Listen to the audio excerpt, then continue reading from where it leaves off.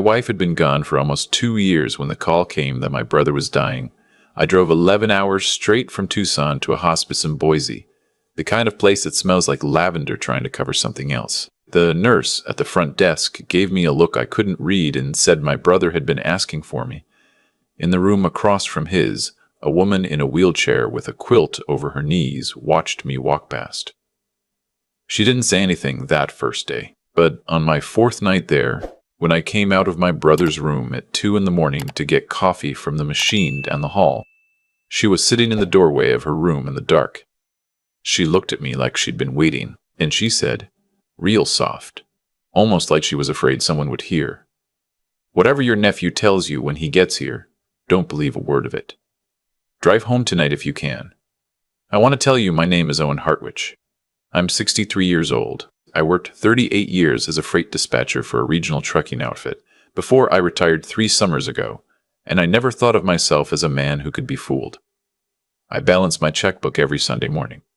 I read the fine print. My wife Marlo used to laugh at me because I'd spend 20 minutes at the gas pump deciding whether the car wash was worth the extra $4. I tell you all this so you understand. The man I'm about to describe, the one who walked into that hospice the next afternoon, believing the woman across the hall was just confused or medicated, the one who hugged his nephew and didn't think twice, that man trusted everyone he loved, and he almost lost everything because of it. Before I go any further, I want to thank you for being here. If you'd take a second and tell me down below in the comments where you're listening from and what time it is for you, I'd appreciate it. I read everyone. I'm just going to say up front that some details of the story have been changed for storytelling, but the heart of it, the lesson of it, that's as real as the floorboards under my feet right now. My brother's name was Hollis. He was 4 years older than me, and he'd raised me more than our father ever did. When our dad walked out in the spring of 1968, Hollis was 12 and I was 8, and from that day forward, he was the one who taught me how to throw a curveball, how to shave, how to apologize to a girl. He was the steadiest man I ever knew. So when his daughter-in-law called me in late October and told me he'd been moved into hospice care, I didn't even pack a proper bag. I threw 3 shirts and a toothbrush in a duffel and got in the truck. Hollis had pancreatic cancer. By the time I got there, he was down to maybe 90 pounds, and his hands shook when he tried to hold the cup of ice chips the nurse brought in. But his mind was sharp, and the first thing he did when I walked in was grab my wrist and pull me close and say, "Where's the boy? Where's Cale? You see him yet?" Cale is my nephew, Hollis's only son. 41 years old, lived up in Spokane, worked in commercial insurance or something close to it. I told my brother no, I hadn't seen Cale yet, that the nurse said he'd be down in the morning. And Hollis nodded, but he didn't look relieved. He looked tired, the kind of tired that goes past the body. I sat with him 3 days before that woman across the hall said anything to me. Her name, I'd learned later from a nurse, was Mrs. Pemberley. Late 70s, maybe 80. Stage 4 something, I never asked. She had a daughter who'd come once, on a Sunday afternoon with a paper bag of clean nightgowns, and left after 20 minutes. Other than that, no visitors. I'd see her sometimes in the common room when I went to stretch my legs, sitting by the window doing a crossword in pen. I felt sorry for her, the way you feel sorry for anyone alone at the end of something. The first afternoon I walked past her room, I said hello, and she nodded at me but didn't speak. The second day I brought her one of the muffins from the family kitchen the volunteers stocked, and she took it and said, "Thank you, very polite." And that was it. It was the 3rd night that something shifted. I'd been sitting beside Hollis for hours, holding his hand while he slept, listening to the rattle of the oxygen concentrator and the wind outside the window. Around midnight, I stepped out to walk the hallway and clear my head, and as I passed Mrs. Slett Pemberley's room, I saw she was awake, sitting up in her chair, the lamp on low. She looked at me and said, "Your brother's dying." Not unkindly, just stating it. I stopped and said, "Yes, ma'am, he is." And she said, "He's worried about something. He's been talking in his sleep. The nurses come and go, and they don't listen, but I can hear through the wall." I didn't think much of it then. People talk in their sleep, especially on morphine. I told her thank you for keeping him company in her own way, and I went back into my brother's room. But the next night was when she really spoke. It was past 2 in the morning. I was wrung out. Hadn't slept more than 3 hours in a stretch since I got there. I'd just come out of Hollis's room because the night nurse needed to change his line, and I was walking down to the coffee machine when I saw Mrs. Pemberley's door was open, and she was sitting in her wheelchair right in the doorway, not moving, just watching the hall. She lifted a finger at me, the kind of small gesture that means, "Come here," without making noise. I walked over. She said, "Sit down a minute." I pulled the visitor's chair over from beside her bed and sat. She had pale gray eyes, very clear, and she looked at me a long time before she spoke. "Your nephew gets in tomorrow," she said. I said yes. "How did she know that?" She said, "Because your brother told a nurse last night when he was half out of himself. He said the boy was coming, and he was afraid of what the boy was going to do. He said it 3 times. He kept saying he should have changed the will. He kept saying it. The nurse just patted his hand and went on. But I heard him." I felt something cold move down my back. I asked her what she meant. She said, "I had a son once. He's why I'm in here alone. Whatever your nephew tells you when he gets here tomorrow, don't believe a word of it. Don't sign anything. Don't agree to anything. Don't agree to anything. Drive home tonight if you can. I mean it." I didn't know what to say to her. I thanked her. I told her I appreciated her concern, and I went back to my brother's room and sat in the dark, and told myself she was a sad old woman who'd had a bad break with her own family and was projecting it onto mine. Cale was my nephew. I'd held him as a baby. I'd taught him to bait a hook on a lake in Idaho when he was 7 years old. The idea that he was coming down here to do something underhanded, it didn't even compute. I dismissed it. That was my first mistake. Cale showed up around 11 the next morning. He came through the door of the hospice room in a charcoal gray jacket, no tie, hair gone a little salt and pepper at the temples, and he hugged me before he even looked at his father. He smelled like aftershave and airport coffee. He said, "Uncle, I'm so sorry." I got here as fast as I could. He held me a beat longer than felt natural. I noticed that, and I dismissed that too. He sat by Hollis's bed for about 10 minutes and said all the right things. He held his father's hand. He talked low. Hollis was awake but barely tracking. At one point, Hollis turned his head and looked at me and not at Kala, and his eyes were wet, and he opened his mouth like he was going to say something to me, and then he closed it again. I'll never forget that. He looked at me. Then he closed his mouth. After about an hour, Cale said, "Uncle, can we step out and talk?" About the arrangements, about after. We went down to the cafeteria, just the 2 of us. He bought us both coffee. He sat across from me and laid his hands flat on the table like a man about to do business. He said, "Dad's been worrying about the house, the one in Coeur d'Alene.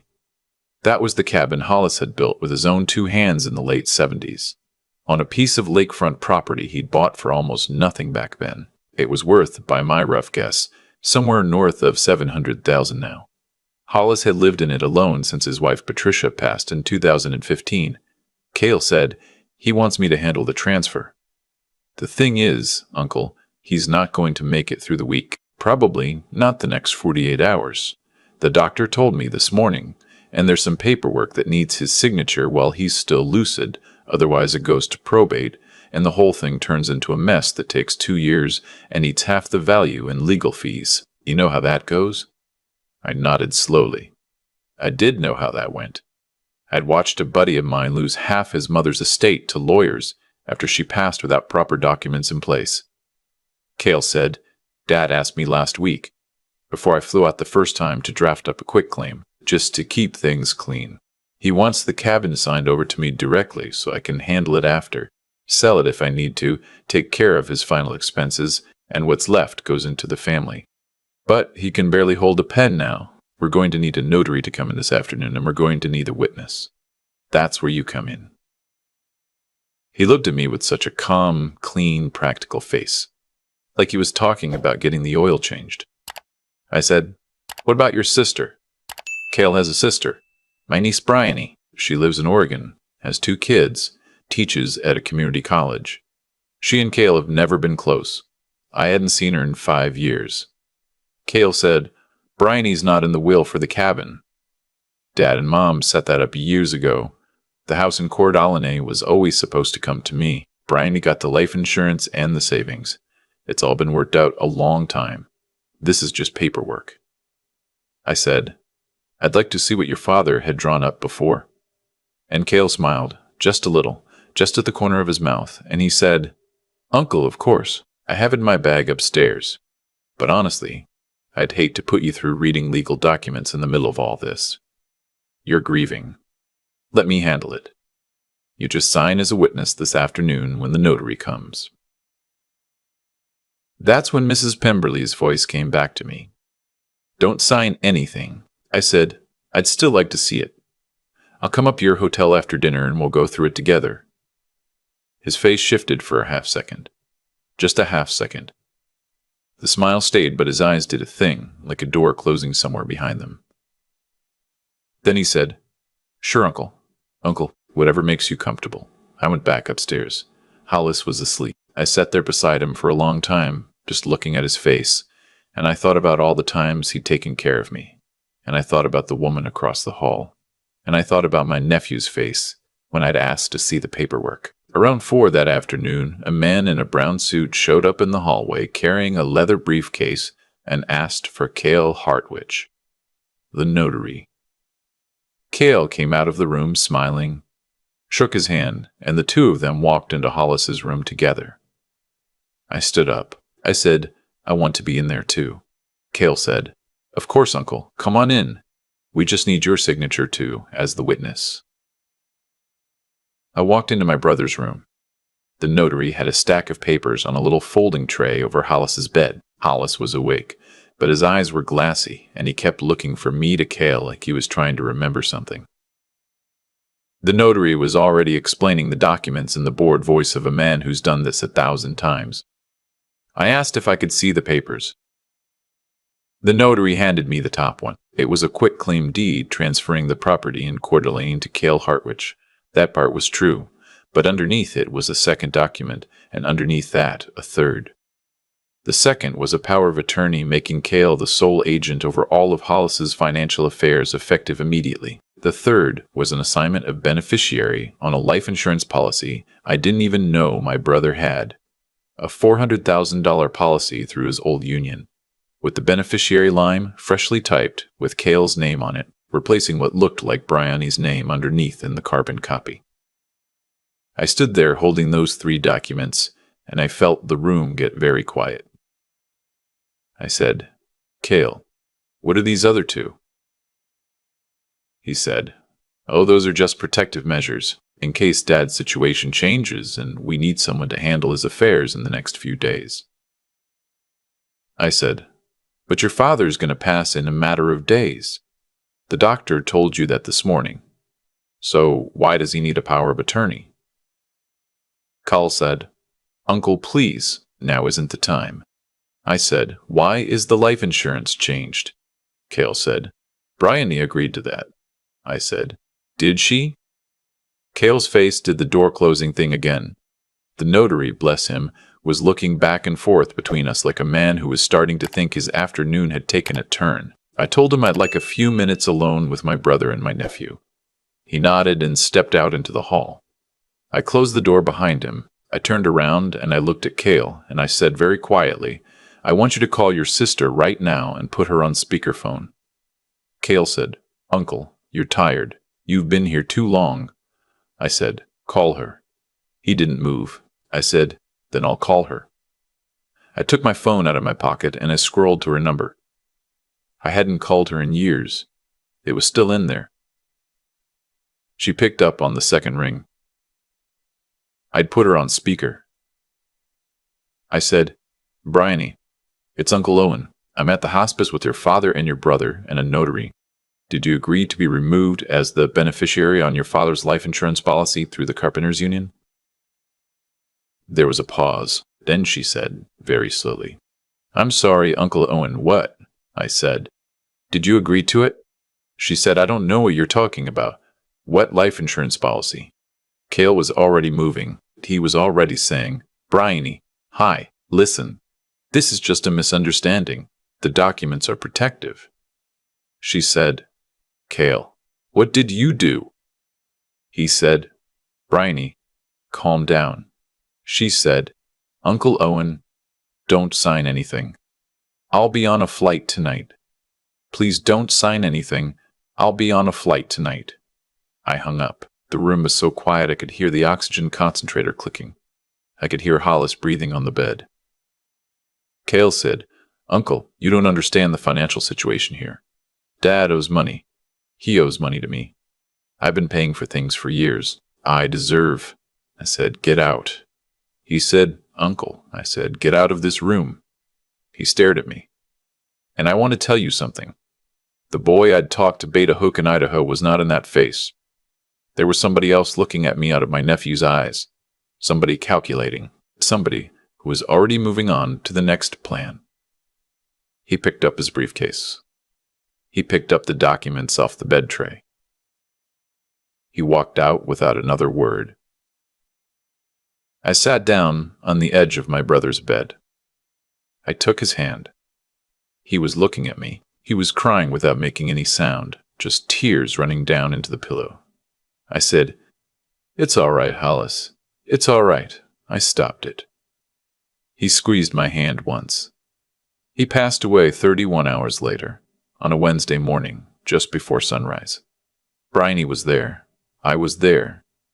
Cale wasn't. The week after the funeral, Bryony and I sat down with my brother's actual lawyer in Coeur d'Alene, a woman named Marjorie Kestrel who'd handled Hollis's affairs for 20 years. She pulled up the real will. The cabin in Coeur d'Alene was supposed to be sold and split 50-50 between Cale and Bryony.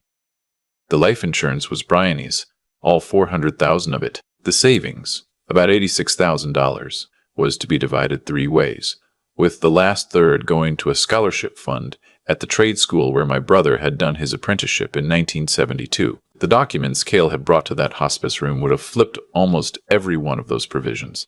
The cabin would have been his outright. The life insurance would have been his, and with the power of attorney, in the 30 hours my brother had left, Cale could have drained the savings before the will was even read. Marjorie looked across her desk at me and she said, "You know what would have happened if you'd signed those papers." I said, "I do now." She said, "Where did you get the instinct to question it?" And I told her about Mrs. Pemberley. The woman across the hall, the one who'd grabbed me at 2 in the morning and told me to drive home tonight if I could, I drove back down to Boise the following Saturday to find her. I'd brought a little box of pastries from a bakery Bryony had recommended, and a card I'd written by hand. The nurse at the front desk recognized me and her face fell when I said who I was looking for. Mrs. Pemberley had passed on Thursday 2 days earlier. Quietly in her sleep, the nurse said. Her daughter hadn't come in to clear out the room yet. The nurse asked if I'd been close. I said no. I'd only met her once, really. But she'd done something for me I'd never be able to repay. The nurse was quiet. Then she said, "Did she give you a piece of paper?" I said no, she hadn't. The nurse said, "Wait here a minute." She came back with an envelope. My name was on the front, in shaky handwriting, Mr. Hartwich. The nurse said, "She left it at the front desk on Wednesday morning. Said if you came back, give it to you. If you didn't, throw it out." I took the envelope outside and sat on a bench in the cold November air and opened it. Inside was a single sheet of paper, folded once. The handwriting was thin and slanted. It said, "Mr. Hartwitz, I don't know if you listened to me or not. I hope you did. My son's name was Tomlin. He took everything I had in the spring of 2009, the house, the savings, the rings my husband gave me. I never saw any of it again. He doesn't speak to me anymore because there's nothing left to take. The reason I'm telling you is because I have spent 15 years lying in beds like this one, in apartments smaller than this room, in places I never imagined I would end up. And the worst part is not the losing. The worst part is that nobody warned me. Not one person. I had a sister-in-law who knew what Tomlin was. She told me after, when I asked her, that she'd suspected for years. I asked her why she didn't say anything. She said it wasn't her place. That was the day I decided that if I ever again saw something happening to someone else, I would say something. It would be my place. So I said something to you. Whatever happened, I hope you are safe. Sincerely, Esther Pemberley. I sat on that bench for I don't know how long. It was cold and I didn't feel it. A nurse came out at one point and asked if I was all right, and I said, "Yes, ma'am, I'm all right. I'm just sitting here a little while." It wasn't her place, and she said something anyway. That's what saved me. That's what saved my brother's last wishes. That's what kept my niece from getting cheated out of $500,000 by her own brother in the worst week of her life. I drove home that night. 11 hours back to Tucson, and the whole way I kept thinking about my own life. About the things I'd seen in other people's families over the years, and not said anything about because it wasn't my place. About a buddy of mine whose grown daughter was clearly lying about what she was doing with the money he was sending her. About a neighbor whose son had moved back in and started helping with the bills, and then helping with the accounts. Things I'd noticed and chosen not to notice. Cale tried to call me twice in the next month. I didn't pick up. He sent a long email about misunderstandings and how I'd embarrassed him in front of a notary. He said our family was broken now, and it was my fault. He said his father would have wanted us to stay together. I read it once, and I deleted it. Bryony, on the other hand, Bryony I talk to almost every Sunday now. She's been good to me. She came down to Tucson for Easter and brought her 2 kids, and we went to the Desert Museum and ate green chewel cheeseburgers at a place I used to go with Marlo, and her oldest, who's 11, drew me a picture of a Roadrunner that's still on my refrigerator. About 6 months after my brother passed, I got a letter in the mail from a woman in Spokane I'd never heard of. Her name was at the top. A return address in a neighborhood I didn't know. The letter inside said her father had died in May and she'd been the executor. And going through his things, she'd found a notebook where he'd written down the names of people who defrauded him. One of those names was Cale Hartwich. Apparently Cale had borrowed $47,000 from her father, a man in his 80s, and never paid a dime back. She'd found my number through the obituary I'd helped Bryony write for Hollis. She wanted to know if there was a process for filing a claim against my brother's estate, and that's how she'd gotten my information. I called her back. We talked for an hour. Her name was Dolores. She was 68 years old, a widow, and her father had been the kind of man who never told his kids when he was being cheated because he was ashamed. She'd only found the notebook after he died. I called Bryony. Bryony called Marjorie. Marjorie looked into Cale's situation. By that fall, what we'd uncovered was that Cale had been doing this for years, not just to family, to clients, to his father's old friends, to anyone who'd let him near a checkbook. He had about $300,000 in unsecured debt, 2 pending civil suits in Washington state, and a gambling problem nobody in the family had known about. The cabin scheme at the hospice, we eventually realized, had been his last roll of the dice. If he'd gotten that property, he could have leveraged it the same week and stayed ahead of his creditors for another 6 months. He went to trial 19 months after my brother's death, not for what he tried to do at the hospice, exactly. That would have been hard to prove, and Bryony and I let it go, because we had everything that mattered. He went to trial for what he'd done to Dolores' father, and to 2 other elderly clients in Spokane. He got 6 years. He's still inside as I'm telling you this. Bryony writes to him sometimes. I haven't. His son, my great-nephew, is named Brockton. He's 14 now. He lives with his mother, Cale's ex-wife, in Bellingham. I send him a card on his birthday every year and a check at Christmas, and his mother sends me a thank you note. I don't expect anything from that boy. He's not going to grow up calling me. But I want him to know somebody in his father's family thought about him kindly. About a year after the trial, Bryony and I started something small. We didn't call it a foundation or anything fancy. We started a thing through her church up in Oregon, and a similar little chapter through a senior center near me in Tucson. We just go in once a month and talk. We tell our story, We tell Esther Pemberley's story with her daughter's permission, and then we sit and we listen. The kinds of things people tell you when you sit and listen.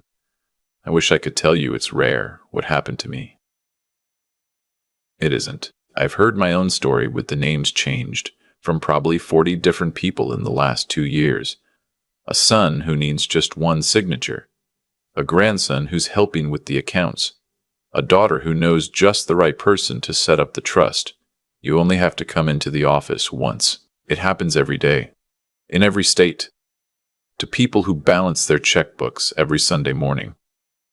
I keep Esther's letter folded in the drawer of my nightstand. I take it out sometimes. I read it. I think about how easy it would have been for her to keep her mouth shut. She didn't owe me anything. She'd never met my brother. She was dying. She had every reason in the world to roll over in her bed and let me walk past her door. And she didn't.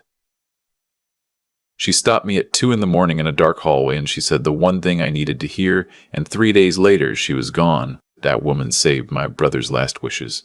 That woman saved my niece's inheritance. That woman saved me from being the man who'd signed away his own brother's estate and spent the rest of his life trying to live with it. So I want to tell you, whoever you are listening to this, if you're seeing something in your family right now that doesn't look right, that's been gnawing at you, that you've been telling yourself is none of your business, it might be your business. It might be the only business that matters this week. The cost of saying something and being wrong is a little awkwardness. The cost of not saying something and being right is somebody's whole life. If somebody's pushing you to sign a paper today, this afternoon, before the notary leaves, before your mother wakes up, before your father passes, slow down. Take the paper home. Take a photograph of it. Call somebody who has nothing to gain. The people who love you will wait a day. The people who don't, won't. I'm 63 years old. I lost my wife. I lost my brother. I almost lost my brother's life's work in the last 48 hours of his life because I wanted to believe that the boy I'd taught to bait a hook was still that boy. He wasn't. Sometimes the people we love become people we don't recognize. And one of the hardest, kindest, most honest things we can do for ourselves and for the people we still have left is to look at what's actually in front of us instead of what we wish was there. I drive past the hospice in Boise sometimes when I'm up there visiting Bryony and the kids. It's still there. Still smells like lavender from the parking lot. Esther Pemberley's room faces the road. I look up at her window every time. I never knew her, really. We talked twice. She gave me one note, but she's family in a way some of my own blood never was. Family is who shows up. Family is who tells you the truth when telling the truth costs them nothing because they have nothing left to give. If this story meant anything to you, leave a comment below. Tell me about the person in your life who told you the truth when nobody else would. Tell me who your Esther was. And if you're going through something right now, I'm telling you the same thing she told me, and I'll say it as plain as I can. Don't sign it tonight. Drive home if you can. The truth will still be there in the morning, and so will the people who actually love you. Thank you for staying with me. Take care of yourselves out there, and listen to the strangers in the hallway. Sometimes they're the only ones telling you the truth. I've thought a lot, in the years since that night in the hospice hallway, about what kind of man I was before Esther Pemberley stopped me at 2 a.m. I was a man who balanced his checkbook every Sunday. I was careful with strangers and trusting with family, and I thought that was wisdom. It wasn't. It was the opposite. I had built my whole life on the assumption that the people who shared my blood would never be the people I needed to protect myself from, and the cost of that assumption almost came due in the last 48 hours of my brother's life. What I learned from Hollis lying in that bed, unable to speak, from Cale standing over him with 3 documents stacked in the wrong order, from Esther sitting in the dark waiting for someone to walk past her open door. What I learned is that every choice we make sets something in motion, and the choices we make about what we refuse to see set the loudest things in motion of all. Cale didn't become what he became overnight. He became it across decades of nobody in our family asking him hard questions, decades of his father sending him money and calling it generosity, Decades of me ruffling his hair at Christmas and not noticing the way he watched the room. Causes have effects, small kindnesses, when they're really avoidance, dressed up in better clothes, plant seeds you eventually have to harvest. The opposite is also true. Esther chose, alone in a hospice room with a body that was failing her, to spend her last energy on a stranger she'd seen exactly twice. That single act, that 1 minute of speaking up, kept my niece's inheritance whole. It kept my brother's last wishes intact. It kept me from being the man I would have had to be afterward. One choice. One night. The size of a thing has nothing to do with how far it travels. I think now that being a decent person isn't about loving the people you're supposed to love. Anyone can do that. It's about being honest enough to see them clearly, smart enough to ask the questions that hurt to ask, and tough enough to act on the answers when they come. That's the work. Honesty about what's in front of you.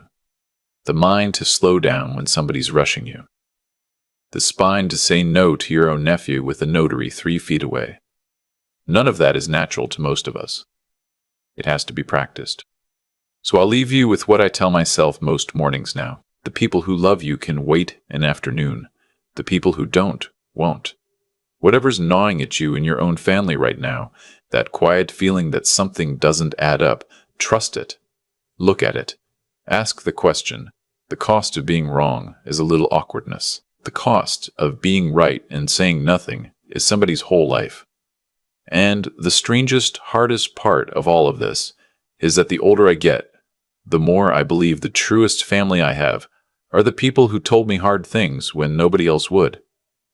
Esther was one of them. I hope you have one too. And if you don't, I hope you can be one for somebody else.